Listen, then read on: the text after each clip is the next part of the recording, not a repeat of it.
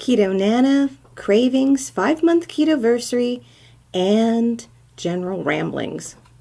Hey y'all, Keto Nana here to talk about Cravings, catch you up to date on that, my 5-month Ketoversary, and just general thoughts I've had on keto thus far, what's worked for me, what hasn't worked for me, and also just to kind of bring everyone up to date because it has been a month since I posted.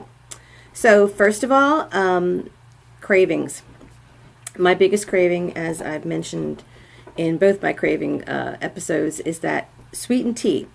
And I was going to do the 30-month no sweetener challenge, and I want to say I had an epic fail. There were a couple of birthdays in February, and there's always going to be something, right? And the fact that I really wanted a cup of sweetened tea in the morning. So, and I tried to change my habits. I went to coffee, just herbal tea, and what I discovered for myself was that it was actually easier to reduce the need for sweetener or reduce my desire for it if I let myself have some. So what I have been doing and has been working very well is I will let my first cup of tea in the morning, I'll put stevia in it with some almond milk, and that just sort of like makes life worth living, and it just satisfies me. And so then the rest of the day, for the most part, for the rest of the day, I'll have just herbal tea, water, unsweetened iced tea, or even coffee, because I don't sweeten my coffee. And that has worked out really well. It has made it actually bearable to do it. So I haven't completely given it up, so I guess you could say I failed my 30-day challenge. But what I learned is how to make this keto lifestyle work for me. I didn't like the feeling that I was suffering, that because as I've mentioned before, keto is forever. It's not just for a moment, for a month until I lose all the weight. It's forever. I'm feeling so much better, healthier, more energy. So this isn't a short-term thing, and so you can deny yourself for short-term, but you can't deny yourself for the long-term, because that's going to drive you crazy. So I'm trying to address my desires and also not so much control them, but kind of have a handle, like say, okay, you can have one, that's great, and then I know the next morning I'm going to have another one. So it really is all good. So that's the craving part. That has really been something I've worked on, for the past month, and probably will continue to work on. Oddly enough, my husband, who started keto 2 months after me, has no cravings whatsoever, which kind of pisses me off, actually. But he's a guy, and guys are different than ladies, and so, I am obsessed with the Lindt dark chocolate, and I let myself have a square probably once a day. He thinks it's horrible, and when I gave it to him for Valentine's Day, as I mentioned I was going to,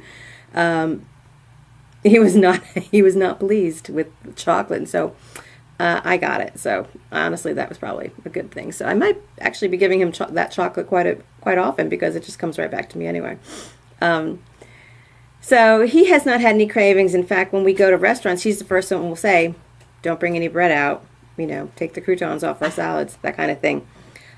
He's really embraced it, and he's lost over 20 pounds, y'all. In 2.5 months, he's lost over 20 pounds.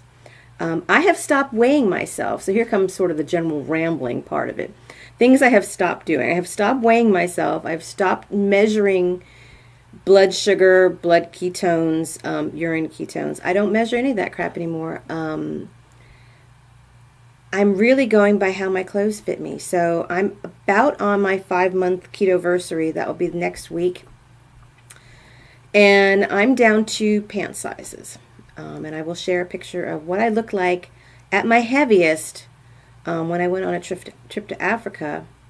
And then you figure out which one's the elephant and which one's me. I was at my heaviest, and I really don't like to body shame or anything, or negative talk to yourself. But this was serious. I was at my heaviest. When I weighed myself at this point, I was just about very much on the tip of being 170 pounds. So let me show you that picture. Okay, so here I am on Table Mountain and in Cape Town, and then here I am standing in front of a statue of an elephant, in front of an elephant sanctuary. So there's me at my heaviest. There I am. I don't know, that's really bad English that I was using there. But it was an inspiration. It was a motivation to find something that was going to work. I was really kind of like almost at the point where that's it. I'm just going to keep on gaining weight. There's nothing I can do. Right before I found keto, I was really kind of like, I don't know what to do. I was doing Atkins and it wasn't working. You know, but keto has worked. And it's definitely doable. I don't feel hungry.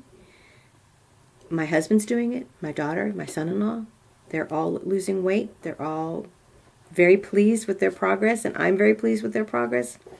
It's something that you can do anywhere, really. You know, like when we traveled over this past week, you know, and eating out, you can have a salad, you know, croutons, you know.